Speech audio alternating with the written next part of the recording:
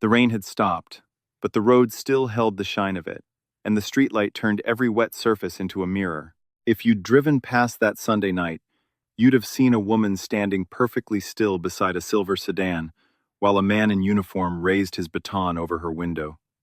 You might have slowed down. You might have wondered why she wasn't running, wasn't screaming, wasn't begging, and then you might have driven on, the way most people do, telling yourself it wasn't your business. But it was somebody's business. It was about to become the business of an entire county. Her name was Grace Whitfield. She was 43 years old, and in a little under 3 hours, at the stroke of midnight, she would legally become the chief of police of Harlan County.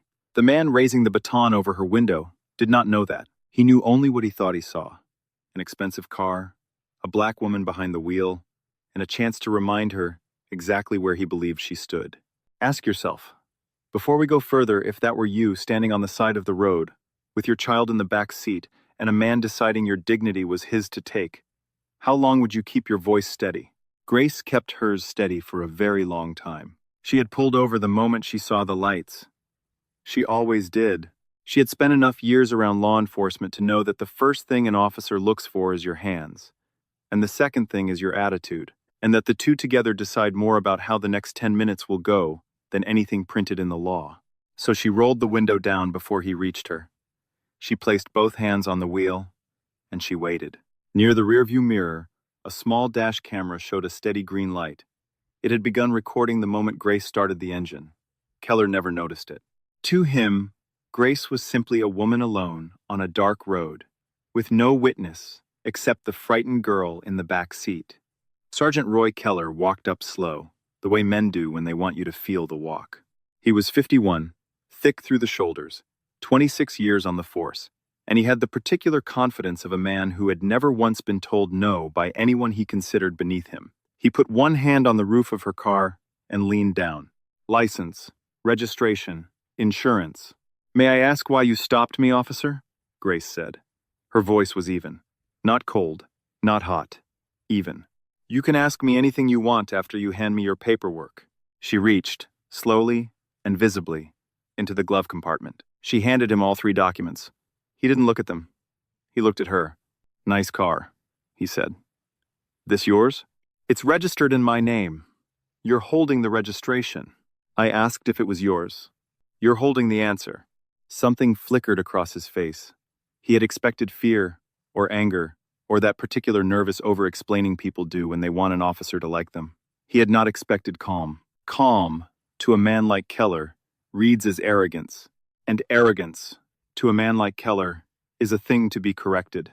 In the back seat, a 15-year-old girl sat very still. Maya Whitfield had her mother's stillness, but not yet her mother's years of practice at it. Her hands were shaking in her lap. Grace had told her, quietly, before the officer reached the window, "Whatever happens, you keep your hands where he can see them, and you don't say a word unless I tell you to." Maya had nodded. She was nodding still, a small mechanical motion she couldn't stop. Keller straightened up and walked a slow circle around the car. He shone his flashlight through the windows. He tapped the trunk. When he came back around, his voice had changed. It had gotten friendlier, which is to say, more dangerous. "Step out of the vehicle for me." "Am I being detained?" I said, "Step out." "I will comply, officer. But before I move, I want the record to reflect that I provided every document you requested, and you still have not explained why this stop is continuing." And here's the first thing you should understand about that night. Grace Whitfield was not refusing to cooperate. She had provided every document Keller requested, kept both hands visible, and clearly stated that she would comply. She was asking only that the reason for extending the stop be placed on the record. Keller heard cooperation, but because it came without fear, he chose to treat it as defiance. But to Keller, the difference between those two things had stopped mattering a long time ago. Keller's jaw worked. He glanced back at his patrol car, where the dashboard camera sat dark. He'd never turned it on. Then he made a decision that would end his career, though he didn't know it yet. He pulled the baton from his belt. Before Keller could raise it, a second patrol car rolled onto the shoulder. Deputy Alan Reyes stepped out, already looking at the information on his mobile terminal. "Keller," Reyes called. "The registration just cleared." The vehicle belongs to her. Insurance is current. No stolen hit, no outstanding alert. Keller did not lower the baton. I heard you. Then what are we doing? I'm finishing my investigation. Reyes looked at Grace's documents in Keller's hand, then at the frightened girl in the back seat. Something about the scene felt wrong. Quietly, he reached up and activated his body camera. Last chance, he said. Open the door. Sergeant, Grace said, and for the first time there was weight beneath her calm. I've repeatedly asked why you stopped me. I've given you every document you requested, and your deputy has confirmed that the vehicle belongs to me. I am complying. My daughter is in this car. Step back and give me room to open the door. Again, she gave him a clear opportunity to explain the stop and let her comply safely. There are people who might later claim that Grace provoked what happened, but the recording would show how carefully she gave Keller every chance not to do it. He swung the baton into the driver's window. The glass didn't shatter so much as collapse a hard, flat crack, and then a rain of little blue-green cubes across Grace's lap and shoulders and into the footwell. Maya screamed in the back seat. One short sound she cut off with both hands over her mouth. Grace did not move. She sat with broken glass in her hair and her hands still on the wheel, and she looked straight ahead, through the windshield, and she breathed. Get out, Keller said, breathing hard now himself. Get out of the car. And she did. She opened the ruined door, and she stepped out onto the wet road, and she stood there in the streetlight with the glass falling off her coat, and she did not raise her voice, and she did not raise her hands, and she said only this. You're going to want to remember exactly what you just did. Sit with that line for a second because it's the whole story in a single sentence. If you believe that no one, no matter their color, their car, or their bank account, should have to earn basic respect from the people sworn to protect them, take 1 second right now and hit that like button. Tell us in the comments what city you're watching from somebody near you has lived a version of this night, and subscribe, because the way this ends is not the way you think it will. Now back to the road. Put your hands behind your back, Keller told Grace. Am I under arrest? You're being detained. For what offense? Turn around. She looked at him for a long moment. Then she looked back, once, at her daughter, a single glance that said, Stay calm. I'm here. This is not the end. And she turned, and she placed her hands behind her back, and she let him put the cuffs on. Note for your report, she said over her shoulder, her voice never rising, that I complied. Note the time. Note that the window was broken before I stepped out. Note that my daughter is a witness. And note that you never once answered my question. Keller said nothing. He walked her to his patrol car and put her in the back. Keller took the remote from Grace's coat and opened the trunk. A sealed black case rested inside, secured with numbered tamper strips and marked with an official county control number. Reyes stepped closer, but did not touch it. We should verify the control number before opening or moving that. We'll verify it at the station, Keller said. Grace looked at him, through the patrol car window. Then preserve the seal. What's inside? Keller demanded. The control number will tell you who is authorized to receive it. Keller ignored the warning. He removed the sealed case from the trunk and placed it in his patrol vehicle without verifying the number. And in the back seat of the damaged sedan, 15-year-old Maya Whitfield did the bravest thing she had ever done. With her hands shaking so hard she could barely hold it, she slid her phone out of her jacket pocket, angled it low against the window where no one could see, and pressed record. She caught the broken glass. She caught her mother in cuffs. She caught Keller's voice. She caught all of it. And then she slid the phone back into her pocket, and she folded her hands, and she waited, because that was what her mother had taught her to do. Reyes opened the rear door and carefully helped Maya out of the damaged sedan, guiding her away from the broken glass. He placed her in the back of his patrol vehicle, not under detention, but for her safety, and notified dispatch that he was transporting a minor witness to the station while they contacted an authorized family member. Keller objected to the delay. Reyes touched his active body camera and answered quietly, I'm documenting where the child goes. Her mother had taught her a great many things. Her mother had learned most of them from a man named Daniel. The rewind. 9 years earlier, in a small kitchen with a leaking faucet neither of them ever got around to fixing, Officer Daniel Whitfield had sat across from his wife and told her he was going to file the report anyway. They're telling you not to, Grace had said. "They're telling me it'll be easier not to." That's the same sentence, Daniel. He'd smiled at her the way he always did when she was right, and he was going to do the hard thing anyway. Daniel Whitfield had come up under a father who fixed radios and refused to overcharge people who couldn't afford the parts. A man who used to say that a person's character is just the sum of what they do when the paperwork could go either way. Daniel had carried that into a badge. He'd carried it into a department that didn't always want it carried. He filed the report. It named things that made powerful people uncomfortable. An evidence room that didn't add up. A supervisor who signed off on cases that should have gone further. A pattern of complaints that disappeared before they could be reviewed. 6 weeks later, Daniel Whitfield was dead. The official record called it a line-of-duty death, a pursuit gone wrong on a rain-slick county road, tragic and unavoidable, and closed. Grace had never believed unavoidable. She had believed it the way you believe, a lock on a door you can't open, because you have no choice, not because you trust it. She took their daughter, and she left Harlan County, and she built a career out of the one thing she had left, the certainty that records matter, that evidence matters, that the truth doesn't stop being true just because someone with rank decides it's inconvenient. She rose.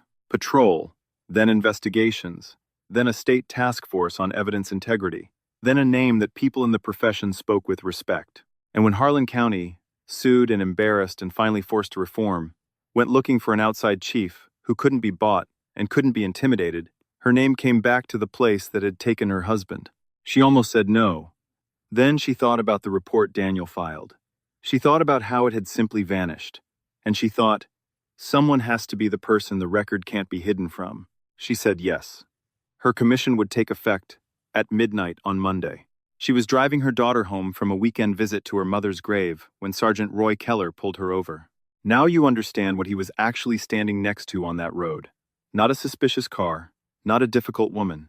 He was standing next to 9 years of patience, wearing a coat covered in his own broken glass. Back to the present. They processed her at the Harlan County Station a little after 9. Sunday night, thin staff, a television murmuring the weather over the booking desk, someone's cold coffee going colder beside a stack of forms. When Grace came through the door in handcuffs, a few people looked up. Nobody knew her face. Not yet. The booking officer was a tired woman with reading glasses on a cord. Name: Grace Whitfield. Occupation? Grace paused, just slightly. County administration. Transition work. Keller, standing behind her, cut in. She was pulled over refusing lawful orders. Possible obstruction. The booking officer glanced at him, then went back to her screen. Grace answered every question. She did not ask for a lawyer. She did not demand a phone call. She did not, at any point, say the words that would have ended the entire night. I am your incoming chief of police, and every one of you is on camera. She could have. She wanted to. She sat with the sentence in her mouth like a stone, and she swallowed it. Why? Ask yourself that. She had the power to stop it all with one sentence, and she chose to stay silent, cuffed, humiliated, in the back of a room full of people who thought she was no one, because Grace Whitfield understood something that Roy Keller never would. If she said it now, she would learn how these men treated a chief. She would never learn how they treated someone they believed had no power at all, and that was the only thing worth knowing. She hadn't come back to Harlan County to be treated well. She'd come back to find out how they treated everyone else. The people with no title, no leverage, no camera, no incoming badge. So she stayed no one. And she watched. She watched Deputy Reyes carry the evidence in. She watched him hesitate at the property desk. And she heard Keller answer a question that hadn't been asked. Any recording from the stop? The property clerk said. His camera wasn't on, Keller said, nodding at himself. And there's a device in her car dash cam. Media's corrupted. Nothing usable. Grace's eyes moved to Keller's face and stayed there. Reyes stood very still at the property desk because he knew Keller had just lied about 2 different recordings. Keller's patrol car camera had not been activated, while Reyes's body camera had been recording before Keller raised the baton, capturing the registration confirmation, Grace's final warning, the shattered window, and every moment that followed. Grace's in-car dash camera had also appeared fully operational when it was seized. Reyes had not told Keller how much had been preserved. He was not going to. But he wasn't ready yet to say it out loud, either. Not to Keller. Not with Captain Holbrook already on his way in. So Reyes did the thing that people who aren't yet brave do on their way to becoming brave. He wrote it down. He logged, in the maintenance field of the evidence system, that the in-car device from the vehicle had responded normally on initial power connection. A small technical note. No accusation, just a fact, with a serial number and a timestamp attached. He didn't say anyone had tampered with anything. He simply made sure the system held a record of what had been true before anyone decided to change the story. Then, he saved it. And he waited for the captain. Captain William Halbrook arrived at 9:40, irritated at being pulled in on a Sunday, carrying a gas station coffee and the particular energy of a man who is very good at making problems disappear. He was 58. He had been in Harlan County a long time. He had, 9 years earlier, been the supervisor whose signature appeared on several of the files that Daniel Whitfield's last report had questioned. He did not know, that night, that the woman in the interview room was Daniel Whitfield's widow. He knew only that a routine stop had turned into a broken car, a detained driver, and the words, possible obstruction, and that all three of those things were now his to clean up. He read Keller's preliminary report standing at the property desk. Then he read it again, slower. Then he looked toward the interview room, where Grace sat with her hands folded, not pacing, not shouting, not asking for anything. "Who is she?" he asked. "Won't say much," Keller said. Halbrook watched her through the glass for a long moment. Something in her stillness bothered him. In 30 years, he'd learned that the people who scream are rarely the dangerous ones. The dangerous ones fold their hands and wait. "Find out who she is," he said quietly, "before anybody outside this building does." Then he went to fix the report. He took Keller into his office and shut the door. What he taught Keller in the next 20 minutes was not a lie, exactly. It was worse. It was the craft of turning a lie into a defensible sentence. "You don't write that she refused a search," Halbrook said. "You write that she repeatedly refused lawful instruction during an active investigation. That's what happened. Then write it in language you can defend. You don't write that you broke the window because she wouldn't get out. You write that you made entry after she became non-compliant and you had cause for officer safety concern. You don't write anything about the registration coming back clean before you broke the glass, because the sequence of that sentence is the whole case against you. Do you understand what I'm telling you?" Keller understood. He'd been given cover before. He knew the shape of it. "What about the dash cam in her car?" "Your intake says the media was corrupted. So that's what the report says." And down the hall, at the property desk, Deputy Reyes watched the evidence status of that dash cam change. In the system, from active electronic evidence to damaged equipment, changed under Halbrook's supervisory account. Minutes after Halbrook came out of his office, Reyes opened the maintenance field again. He typed a second note. Original status recorded as active at 9:52 p.m., prior to supervisory review. Serial number. Timestamp. No accusation. Just the truth, held in a place he hoped they didn't know how to reach. He was starting to understand something about the system he worked in. The men above him could change what the screen showed, but the screen wasn't the only thing keeping score. Underneath it, the system remembered when every change was made, and whose hand made it, and that record was not theirs to erase. That might matter later. He didn't know how much. Halbrook went in to talk to her a little after 10. Carrying a legal pad and the confident calm of a man who had never lost this particular kind of conversation. "Miss Whitfield, I'm Captain Halbrook. I understand tonight got out of hand." "Out of hand," Grace repeated. "That's an interesting way to describe a man destroying my car. My sergeant made a difficult decision during a stop that escalated quickly. Your sergeant broke every window on the driver's side before he knew a single thing about me that a computer hadn't already told him." Halbrook set the legal pad down. "I'm not here to argue about the roadside. I'm here to resolve this. We finish processing. We return your property. And you go home tonight. All you have to do is sign a form acknowledging you received your belongings and have no complaint about how the department handled the equipment." He slid the paper across the table. Grace didn't touch it. "You wrote this recently," she said. "Does that matter?" It matters if you're asking me to sign a statement that electronic evidence may have been unreadable or damaged before intake. I haven't been allowed to inspect any electronic evidence. Why would I certify the condition of something you won't let me see? Halbrook kept his voice easy. Nobody benefits from turning this into a bigger problem than it is. Who's nobody? You, the department, the county. I didn't ask the county to protect me from anything. Grace leaned forward, just slightly. Captain, you seem very interested in getting my name on a piece of paper that says nothing went wrong, which makes me wonder what went wrong. For the first time, Halbrook's easy calm developed a hairline crack. He studied her the vocabulary, the composure, the way she'd read the second paragraph of his form, faster than most lawyers. This was not an ordinary driver. He didn't yet know what she was. He knew only that she was something.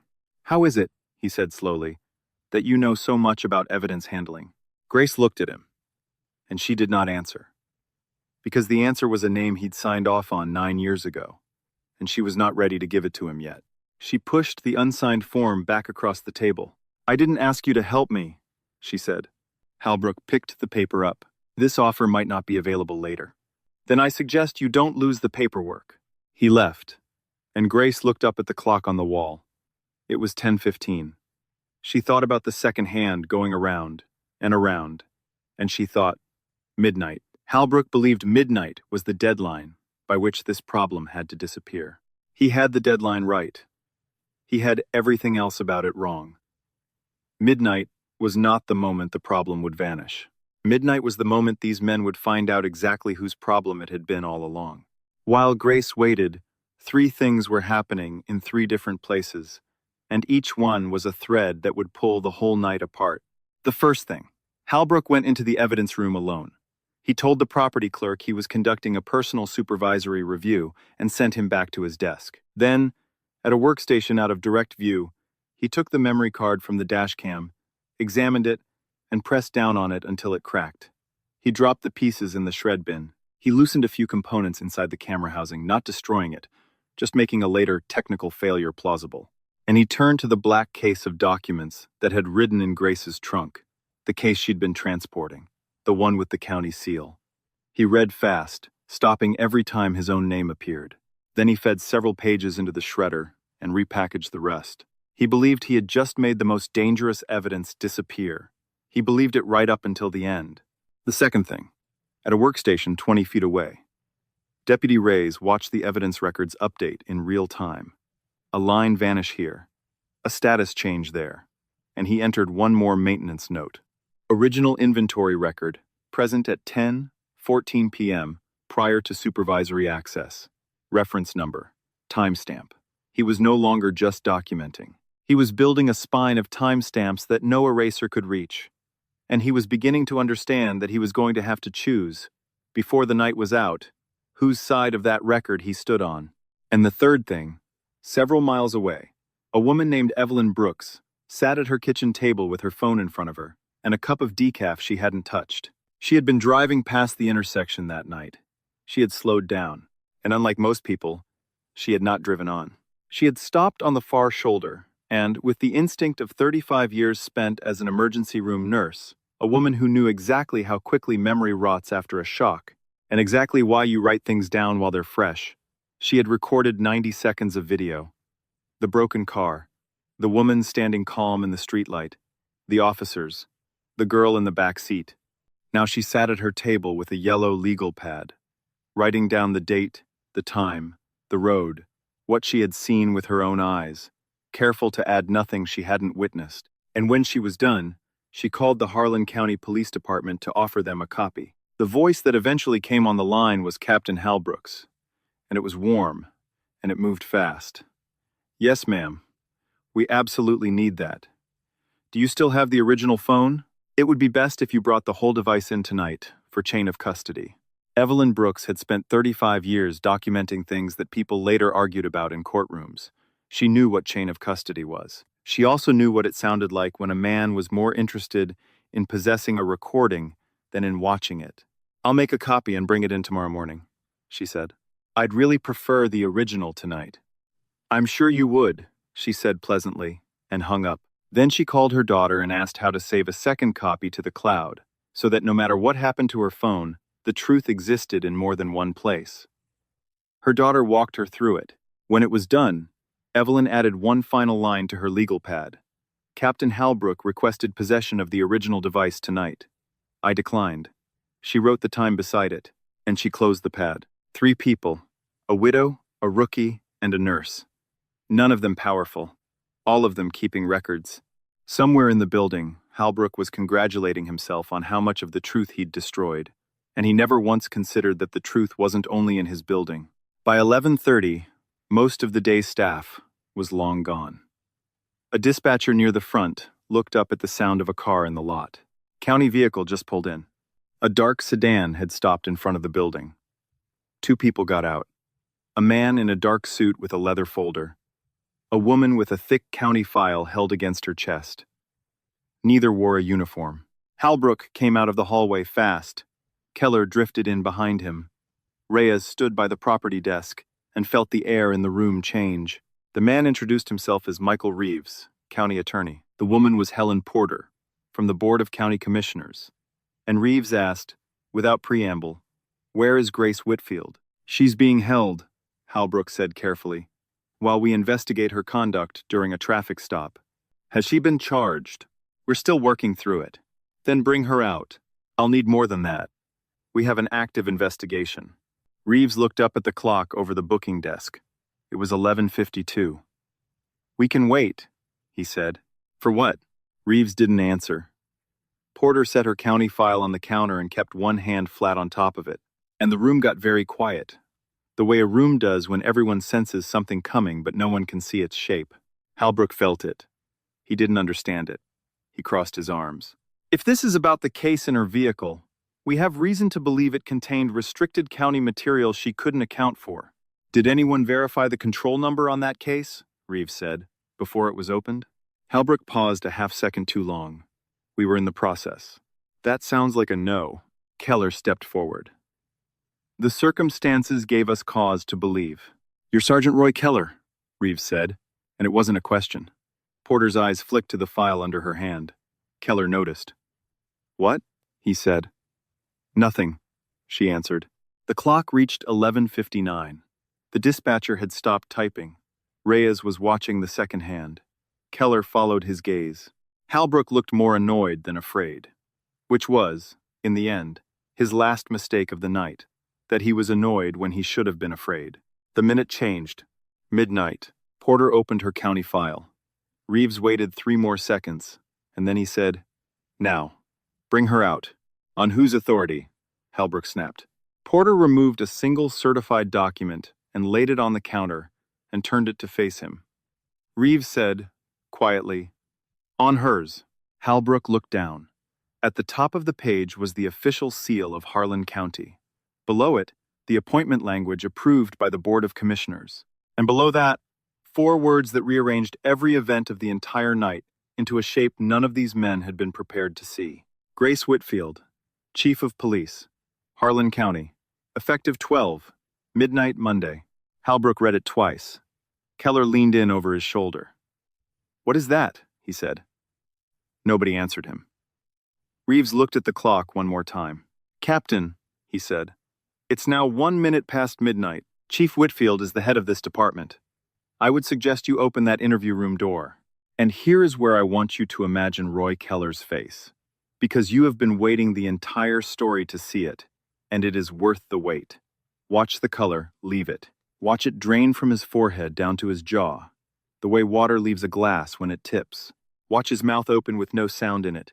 Watch his eyes go back to the broken window report in his hand, then to the appointment document, then to the interview room glass, where the woman he had called suspicious, whose car he had destroyed, whom he had cuffed and booked and lied about, sat calmly with her hands folded, waiting, as she had been waiting all night, for these men to discover who they had spent the evening trying to erase.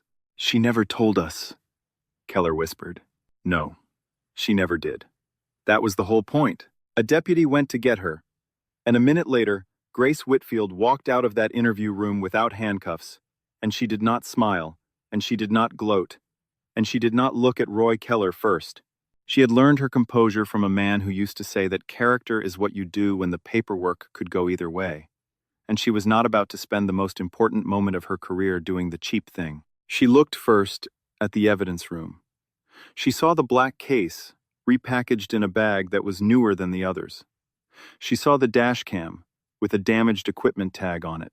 She saw exactly what had been done in the hours she'd sat cuffed and quiet, and her jaw tightened, and she said nothing about it yet. Then she looked at Reeves, who handed her a copy of the appointment. "Chief Whitfield, thank you." And it was Keller who broke Keller, who could not stand the silence. Keller who said, in a voice that was half apology and half accusation, "If you'd just told us who you were, none of this would have happened." Grace turned and looked at him then. She held his eyes for a long moment.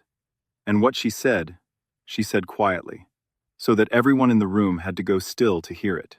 "You're telling me," she said, "that if you'd known my rank, you'd have treated me like a human being. Do you hear what that means, Sergeant? It means you already know how a human being is supposed to be treated. You just decided I hadn't earned it." Keller had no answer. There was no answer. "If you'd have been decent to me the moment you learned I was your chief," Grace went on, "that wouldn't prove the system works. It would prove that a title was the only thing standing between me and what you did. And I did not come back to this county to be the exception. I came back to be the rule." Then she turned away from him, because there were more important things to do than watch a man understand himself too late. "I want every evidence system in this building frozen," Grace said. "As of now, nobody deletes, moves, edits, reclassifies, or destroys anything connected to tonight." Halbrook stepped forward. "Chief, before you start issuing orders, there are things you need to under. Third, I understand enough to know that nothing else changes tonight." She turned to Reeves. "I'm not running this investigation. I was detained in it.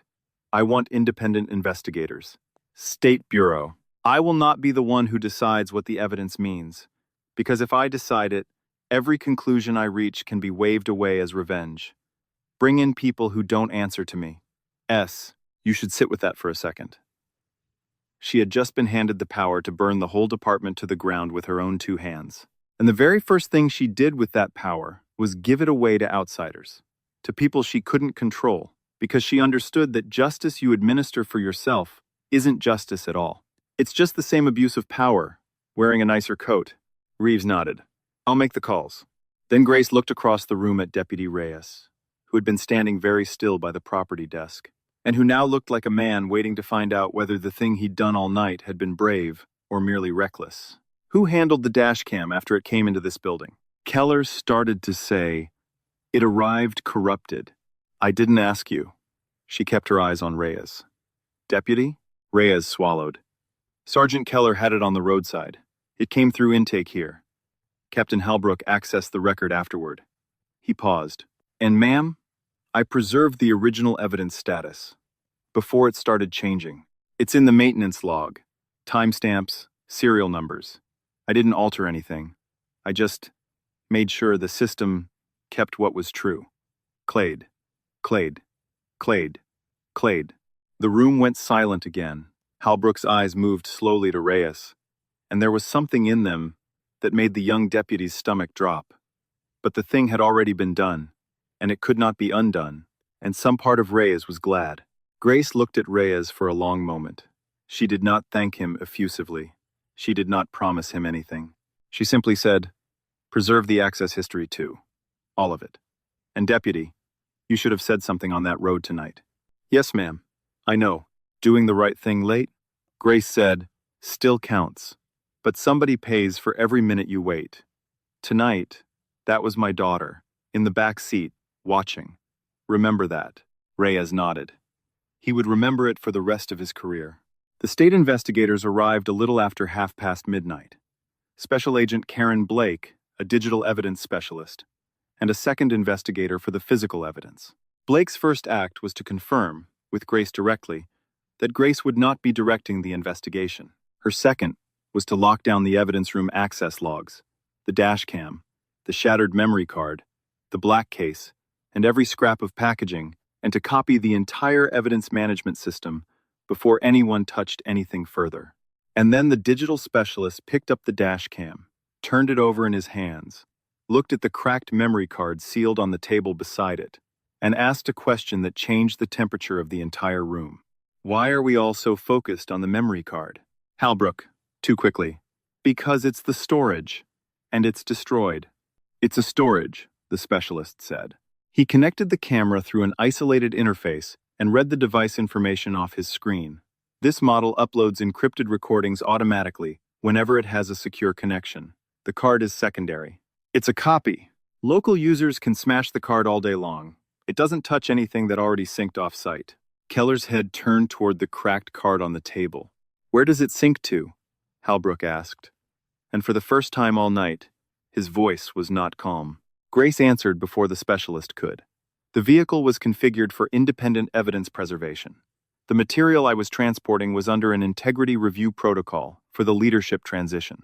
The system was set to preserve documentation independent of any local storage. Federally managed, nobody in this department can alter those files. Not Sergeant Keller. Not Captain Halbrook. A beat. Not me. The specialist entered the authentication credentials from the transition records, and a status window appeared, and he read it silently, and then he turned the monitor a few degrees toward Agent Blake. Last successful sync, he said, began before the traffic stop ended. And there it was. For hours, Roy Keller had believed that a man with a baton could break whatever he needed to break. Captain Halbrook had believed that a man with rank could shred whatever he needed to shred. Both of them had spent the night destroying a copy. The truth had left the vehicle at the speed of light hours ago and gone somewhere their hands could not follow. Watch Halbrook's face this time. Watch the 30 years of confidence go out of it. Watch the small, controlled man realize that the one variable he never learned because he'd spent his whole career making sure evidence stayed local and physical and reachable was the one that had just ended him. His hand went flat on the table, not for emphasis, but for balance. The specialist recovered a verified working copy while preserving the original remote record. The first file appeared on the screen a little after 1 a.m. It began with the silver sedan already stopped. Grace sat behind the wheel with both hands clearly visible. Keller approached and demanded her license, registration, and insurance. The recording captured Grace, providing every document he requested and repeatedly asking for the lawful reason for the stop. Then Reyes arrived and confirmed that the registration was clean and the vehicle belonged to her. Keller still refused to step back. The baton rose. The driver's window collapsed. Glass scattered across Grace's coat as her daughter screamed from the back seat. Grace finally stepped out, complied with every command, and allowed herself to be handcuffed without resistance. She never raised a hand, interfered, or threatened anyone. Her voice remained clear on the audio. You're going to want to remember exactly what you just did. Nobody in the room had to interpret anything. There was nothing to argue about. The video did not describe the night. It was the night. Blake watched it without a word. Then she opened Keller's report beside it, and she began, line by line, to lay the report against the recording. Repeatedly refused lawful instruction, the video showed a woman repeatedly asking why the stop was continuing, clearly stating that she would comply, and receiving no lawful explanation. Made entry after subject became non-compliant. The video showed Keller breaking the window after Grace repeatedly asked for the lawful reason for the stop, and while she remained seated with both hands visible, registration verification ongoing. The audio had Reyes confirming the registration was clean before the first swing. Media corrupted. The sync log showed a completed upload. Every single sentence Halbrook had taught Keller to write was now sitting next to the thing it was designed to hide. And in that moment, the thing that had held Keller and Halbrook together all night finally broke. This was Keller's roadside contact, Halbrook said. I wasn't there. I responded after, based on the information I was given. Keller's head came around. You told me exactly how to write it. I told you to document your actions accurately. That is not what you said. Keller was on his feet. You told me to make the window sound necessary. You told me the camera was unreadable. You told me, both of you, Blake said, raising one hand. Stop. You'll be interviewed separately. Grace watched the two men who had spent the night protecting each other turn, at last, to face each other as what they had always really been, not partners, but two men who had each assumed the other would take the fall. The rest of the night was arithmetic. The state team recovered the deeper audit layer that ordinary users couldn't touch, the layer that remembered every access, every change, every hand. It laid out a timeline with two names on it: Roy Keller, William Halbrook. The camera entered as active. Keller's account opened it. Halbrook's account opened it. The status changed to damaged. The case inventory was altered after Halbrook accessed it. A line vanished. Pages went missing from a sequence that skipped from 14 to 19. And Reyes's notes, the small, frightened, faithful notes he'd typed all night, did not prove the case by themselves, but they told the investigators exactly where to dig. The system's own audit trail did the rest. Blake made a point of explaining the difference to Reyes, later, in a small conference room. Your notes told us where to look. The audit trail is what establishes the changes. Keep learning the difference between what you know and what you suspect. It's the whole job. Then the physical evidence investigator finished the inventory of the black case and looked up and said the thing that turned a bad traffic stop into something much larger. This case is legitimate county property. It was prepared for the leadership transition. It's a briefing package for the incoming chief, unresolved internal control issues she was supposed to review before taking command. Blake opened the introductory memo. It named the authorized recipient, Grace Whitfield, upon assumption of office. The case had never been stolen. It had been hers. Keller had smashed a window and detained a woman over a sealed package that was, quite literally, her own official mail. And the concerns inside it: missing evidence, altered incident reports, unexplained camera failures, complaints closed without review, supervisory sign-offs made without documentation, were not new. They had names attached. Keller's name appeared several times, and Halbrook's name appeared as the approving supervisor. Again, and again, and again. Blake turned another page and stopped, because among the older complaints referenced in the package, the ones that predated tonight by years, was a case number she recognized. A line of duty death, 9 years old, closed fast, questioned once in a report that had then disappeared from the record. The officer's name was on the page: Officer Daniel Whitfield. Blake looked up slowly, across the room, to where the chief stood in the hallway with Michael Reeves. She didn't have to say it. Grace already knew. Grace had known since the moment she read the appointment paperwork that named the county she was returning to. She had come back to Harlan County to become the person the record could not be hidden from. She had not expected the record to be hidden by the same hands, in the same building, on her very first night. It goes back further than tonight, Blake said quietly, when she reached the hallway. Doesn't it, Chief? Grace looked through the glass at Halbrook, sitting alone now in an interview room. A small man growing smaller. Yes, she said. It does. But I want to be very clear about something, Agent Blake. I am not going to tell you my husband's death and tonight are connected. I believe they are. That's not the same thing. You're going to prove what the evidence proves, and not 1 inch further. If we bend the truth to catch him, we become him. She paused. Reopen the case. Preserve everything. And keep me out of it. Every conclusion I touch, he'll call revenge, and he'll be right to. Blake studied her for a moment. That, she said, is the answer I was hoping for. The months that followed changed Harlan County slowly, the way real things change in 100 small decisions no one filmed. Roy Keller lost the badge first, and then more than the badge. The recovered video contradicted his report on every material point, and investigators established he'd known the registration was clean before he ever raised the baton. The falsified report, the unlawful search, the destruction of the memory card, all of it followed him into a courtroom. He was not permitted to simply apologize and walk away. In Harlan County, men who break things and lie about it no longer got to do that. That was new. Halbrook took longer, because he was cleverer, and because what he'd done was woven through years instead of minutes. But the audit logs held. The transition package held. The reopened cases held. And here is the part that mattered most to Grace. Not every reopened case ended in a conviction. Some cleared officers who'd been accused unfairly. Some found nothing at all, and she insisted those outcomes be documented exactly as loudly as the guilty ones. Because accountability that only ever finds guilt isn't accountability. It's just a different kind of lie. But several cases did find something. Report changes that should have been caught years earlier. Evidence discrepancies with a supervisor's signature on the wrong side of them. And, eventually, a fuller picture of a rain-slick county road 9 years before. and a report that had asked uncomfortable questions, and a captain who had made it disappear rather than let it be answered. The investigation never proved William Halbrook caused Daniel Whitfield's death. It proved he had buried the questions about it. In the end, that was enough obstruction, evidence tampering, falsification of records across years. He was stripped of authority permanently, and answered for all of it in the one place he'd spent his career keeping cases out of.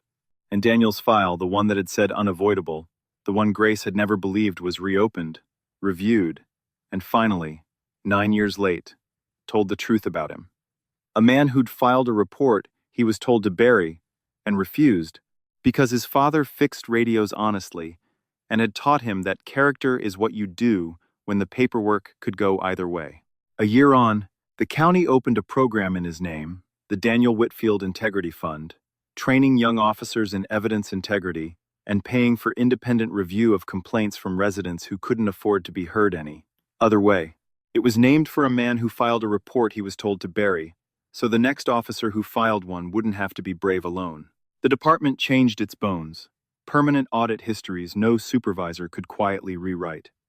Critical video backed up off-site automatically. Supervisory edits visible forever. Restricted materials that took 2 authorized people to open. Evidence deletion that triggered outside review. A complaint process rebuilt so a resident could file straight to an independent channel instead of handing it to the supervisor. The complaint was about. Complaints went up in the first months.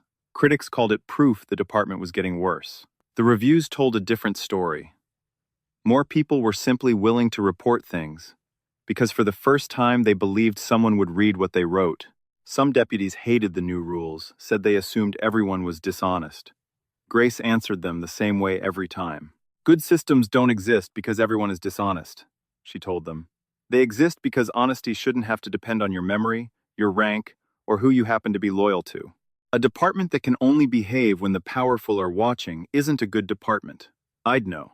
I was the one they weren't watching. Deputy Reyes went back to patrol. Grace didn't promote him, didn't give him a medal or a press conference. She told him plainly that doing what he should have done from the start didn't create a debt the department owed him, and that turning it into an award would insult every officer who did the right thing quietly, every single day, with no camera pointed at them for it. He understood. He never again waited to turn on a camera. Evelyn Brooks gave her statement, her 90 seconds of video, and her yellow legal pad to the outside team and only to the outside team. When Grace thanked her, the nurse waved it off. I almost drove past, she admitted. 35 years of writing things down, and I still almost told myself it wasn't my business. But you didn't, Grace said. No. Evelyn looked at her. That's the part that matters, isn't it? Not that you want to do the right thing, that you do it when it would be easier to keep driving. There's one more thing you should see. The repaired sedan came back with flawless new glass. Grace stood beside it in the station lot for a long moment, then opened a small box. The repair manager had given her the kind of thing most people would have thrown away. Inside was a single preserved cube of the shattered safety glass from the night Roy Keller broke her window. She carried it inside. Reyes saw her heading for the training room. What are you going to do with that? Grace looked at the little blue-green cube in her palm. The insurance company replaced the window, she said, and opened the training room door. The department still needs to remember why it broke. She had it mounted on the wall of the room where new deputies were trained. No photograph. No names. No case file. Just the single piece of broken glass behind clear protective material and a small plaque beneath it. Power is tested most when no one important seems to be watching. She refused every suggestion to make it bigger. She didn't want a monument to a crime. She wanted a reminder that the crime had been ordinary, that it happened to a woman everyone assumed was no one on an ordinary night, and that the only reason it became a story was that 3 powerless people decided to keep a record. Maya Whitfield did not come out of that night unmarked. Grace knew that. A parent always knows. So one evening, weeks later, when the worst of it had passed, Grace sat with her daughter at their own kitchen table, the way she'd once sat with Daniel, and said the things she most needed her daughter to carry. You were braver than me that night, Grace told her. Maya shook her head. You didn't do anything. You just stood there. I know, Grace said. That was the brave part. Baby, anyone can swing back. It takes everything you've got to stand still, keep your dignity, and trust that the truth will do the fighting for you. You recorded what happened. You kept your head. You didn't let a frightened man make you into someone frightened too. She took her daughter's hand. Your father would have been so proud of you. He always trusted the record more than the shouting. And in the end, it was the record that told everyone who he really was. Maya was quiet a moment. Then she said, "Is that why you didn't tell them who you were? At the station?" Grace smiled. A little. "I didn't want them to be good to me because I had a badge. I wanted to see how they were when they thought I had nothing at all. Because that," she said, "is how they treat everybody who does have nothing at all. And that's the part I actually came back here to fix." So let me ask you the question this whole story has been walking toward. If that had been you, on the side of the road, glass in your hair, cuffs on your wrists, a child in the back seat, and the power to end it all with a single sentence you chose not to say, could you have stayed still? Could you have trusted the record to do the fighting for you? Because here is what Grace Whitfield understood, and what a man with a baton and a man with rank never will. Real justice is almost never the moment everyone sees. It isn't the reveal, or the badge, or the color leaving a bully's face. Those are just the parts that feel good. Real justice is the quiet, boring, permanent thing that comes after. The audit log that can't be erased. The complaint that finally gets read. The ordinary driver a year later, pulled over and treated like a human being and sent home, never once needing to be anyone important.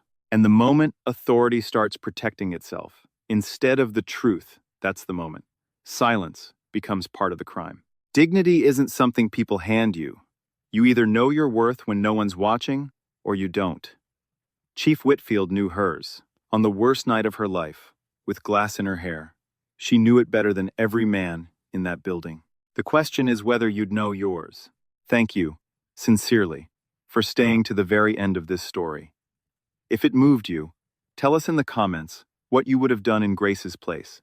Would you have stayed silent or said your name? And if you've ever witnessed an injustice and had to decide whether to keep driving or stop, we want to hear it. Your story might be the next one we tell, and it might help someone else find the courage to stop. This video is a work of fiction created with the assistance of artificial intelligence. All characters, events, and situations are entirely fictional and do not represent any actual people or true events. The content is intended for storytelling and emotional reflection.